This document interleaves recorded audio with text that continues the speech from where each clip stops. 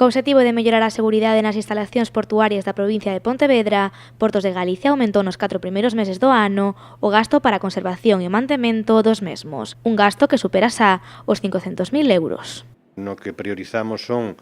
temas de seguridade dos usuarios dos peiraos, seguridade das embarcacións, seguridade das persoas que discurren polos mesmos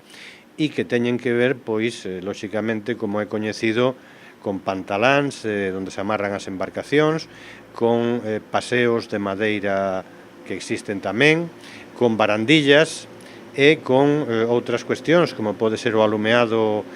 nos espazos portuarios ou tamén a sinalética, sobre todo que ten que ver coa regulación de velocidade, etcétera, etcétera, non? O presidente de Portos de Galicia destaca a importancia deste incremento do gasto e recorda que a Administración se encarga de manter soamente aquelas instalacións que xestiona directamente. Todo o que está en réximen de concesión, sexa a unha empresa, sexa a un particular, sexa a unha confraría, o que está en réximen de concesión é obriga do titular da mesma facer ese mantemento. Digo porque a veces dá a sensación que